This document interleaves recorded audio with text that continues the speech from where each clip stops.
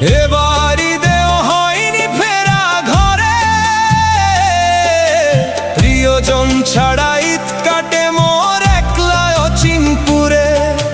নিঃসঙ্গতা কুরে কুরে খাই তবুও মুখে হাসি, আমি যে প্রবাসী, আমি যে প্রবাসী।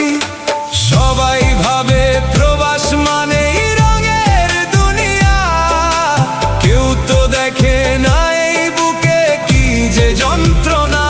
তবুও ভালো থাকুক তারা যাদের আমি ভালোবাসি, আমি যে প্রবাসী।